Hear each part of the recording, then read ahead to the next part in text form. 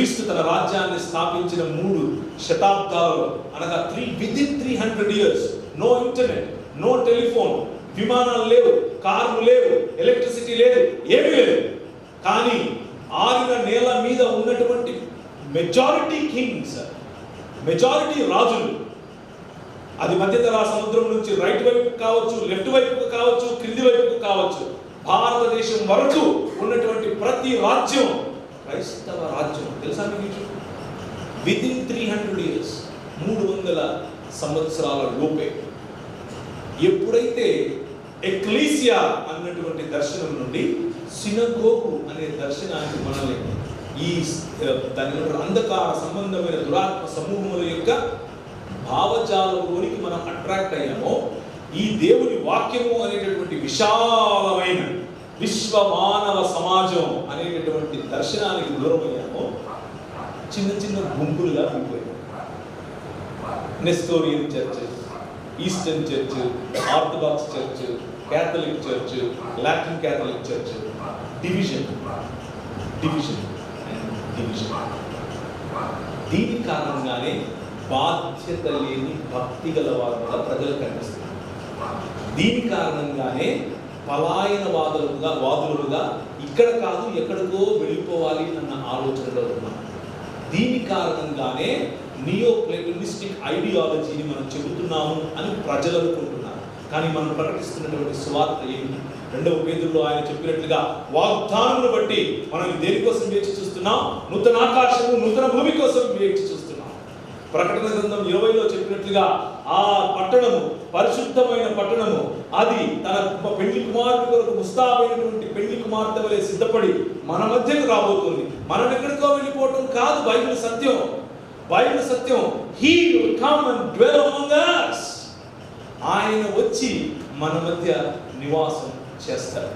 ఇదిగో మనుషులతో దేవుడు కాపురం ఉంటున్నాడు అన్నటువంటి ఆలోచన, ఆ ideology, the Kingdom of God, దేవుని రాజ్యం అనేటటువంటి భావజాలం. ఆ భావజాలంలోనికి మనం ఏ రోజైతే వస్తామో, ఈ కాన్స్టిట్యూషన్ మన దేశానికి రాసినటువంటి రాజ్యాంగంలో ఆడవాళ్ళు ఒక 5 మంది ఉంటే అందులో 3 క్రైస్తవులు మనం ఇవ్వగలిగాం. భారతదేశంలో ఉన్నటువంటి ప్రధానమైన మతాలకు సంబంధించినటువంటి స్క్రిప్చర్స్ ట్రాన్స్లేట్ చేయగలిగింది క్రైస్తవులు. భారతదేశానికి చదువు క్రైస్తవులు. ఎలా సాధ్యమైంది? కేవలం వేళ్ల మీద లెక్క పెట్టగలిగేటటువంటి సంఖ్య ఉన్న క్రైస్తవులు అంత గొప్ప పనిని చేయగలిగితే, ఈరోజు మనం తండోపతండాలుగా ఉన్నాం. బైబిల్ పట్టుకునే కనిపిస్తాం ఎక్కడ చూసినా, కానీ మన ప్రభావం చాలా తగ్గిపోయింది. కారణం ఏమిటి అంటే రిలీజియస్ సెక్లూషన్. మనల్ని మనం సినగోగుకు కుదించేసుకోవడం, రాజును విడిచిపెట్టి మతం పట్టుకోవడం, రాజ్యాన్ని మర్చిపోయి డినామినేషన్లో ఇరుక్కుపోవడం, నూతన సృష్టిని మర్చిపోయి ఎక్కడో ఒక లోకానికి పారిపోవాలి అన్నటువంటి ఆత్రంలో పడుతుంది. దిస్ ఇస్ వాట్ భారతదేశంలోనే కాదు, ప్రపంచవ్యాప్తంగా ఇదే సమస్య. And people are realising it. ఇది 1850 తర్వాత మొదలైనటువంటి ఆలోచన కాదు. అంతకు ముందు వరకు ఇలా లేదు. అంతకు ముందు వరకు నూతన సృష్టి, అంతకు ముందు వరకు ట్రాన్స్ఫార్మింగ్ కమ్యూనిటీస్. సంస్కృతులను మార్చగలరు, సంస్కృతులను అలాగే రిటైన్ చేస్తూ అందులో క్రీస్తు రాజ్యాన్ని కట్టగలరు. భాషలను రిటైన్ చేస్తూ అందులో క్రీస్తు యొక్క సారూప్యతను తీసుకుని రాగలరు. నీది మ్లేచ్ఛ భాష అన్నారు, నువ్వు దాసుడివి అన్నారు, నువ్వు దస్యుడివి అని అన్నారు, నువ్వు రాక్షసుడివి అని అన్నారు. కానీ 66 పుస్తకాలు ఉన్నటువంటి బైబిల్ భావజాలం, నో, నువ్వు మ్లేచ్ఛ భాష కాదు, తెలుగు భాష, the Italian of the east గా పిలిచారు. నో, ఇది తెలుగు భాష, మ్లేచ్ఛ భాష కాదు, అందమైన సుందరమైన భాష. ఎక్కడి నుంచి వచ్చింది భావజాలం? భూరాజులు వారి మహిమను మోసుకొని ఆయన రాజ్యంలోనికి ప్రవేశిస్తారు. ఇది మన ఆలోచన, ఇది మన విజన్. మన విజన్, నీ రాజ్యము వచ్చునుగా, నేను చచ్చిపోయి ఎక్కడికో పోతుందా కాదు. This is where we need a little bit of more study. నీ రాజ్యము వచ్చునుగా, ఆయన స్థాపించాడు, నిన్ను ప్రతినిధిగా ఇక్కడ పెట్టాడు, దాని విస్తరణ నీ చేతిలో ఉంది. ఆ ఆ విస్తరణ చేసే క్రమంలో నెబుకద్నెజర్ వస్తారు. ఆ విస్తరణ చేసే క్రమంలో హురేష్ రాజులు వస్తారు. ఆ విస్తరణ చేసే క్రమంలో అష్టసహస్ర రాజులు వస్తారు.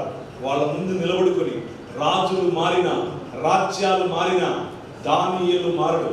నిలబడుకొని చెప్తాడు, no, he is the king, you are not the king, he is the king.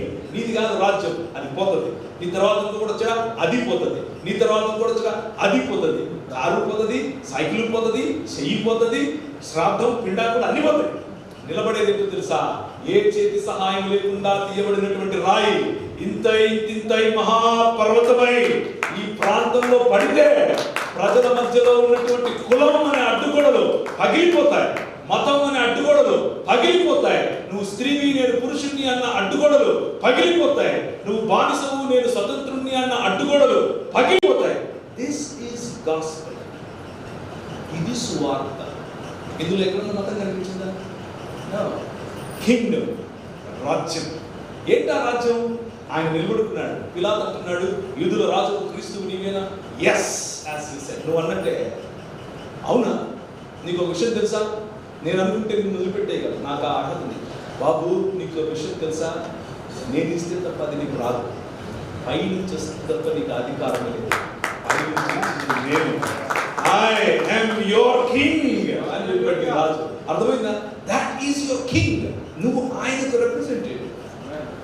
ఆయన పంపగా ఈ ప్రపంచంలో ఆ రాజ్య స్థాపనకు, ఆ రాజ్య విస్తరణకు నీ ప్రాణాన్ని, నీ జీవితాన్ని, కుటుంబాన్ని పణంగా పెట్టి బ్రతుకుతున్నటువంటి వాడు. That is your value. అది నీ వాల్యూ. ఆ వాల్యూలో మతం అనే చిన్న పిట్ట, అంత పిట్ట. నీ చేతిలో ఉన్నది అనుభవం. నువ్వు ఫోకస్ చేస్తుంది ఏంటి? అంత చిన్న పిట్ట. అది కాదు నీ ఫోకస్. హోల్ వరల్డ్, సర్వ జనులు. ఆయన అన్నాడు, ఇప్పుడు భూమి ఆకాశంలో సర్వ అధికారం నా దగ్గర ఉన్నది. ఆయన ఏ సంపూర్ణతలైతే మరణాన్ని చంపి తిరిగి లేచి సంపాదించాడో ఆ సంపూర్ణత వైపు సర్వ మానవాళిని నడిపించాలి. వెళ్ళు and make disciple of all nations. అన్ని దేశములను, అన్ని రాజ్యములను, ప్రపంచాన్ని శిష్యులుగా, శిష్యత్వంలోనికి మార్చు. That is our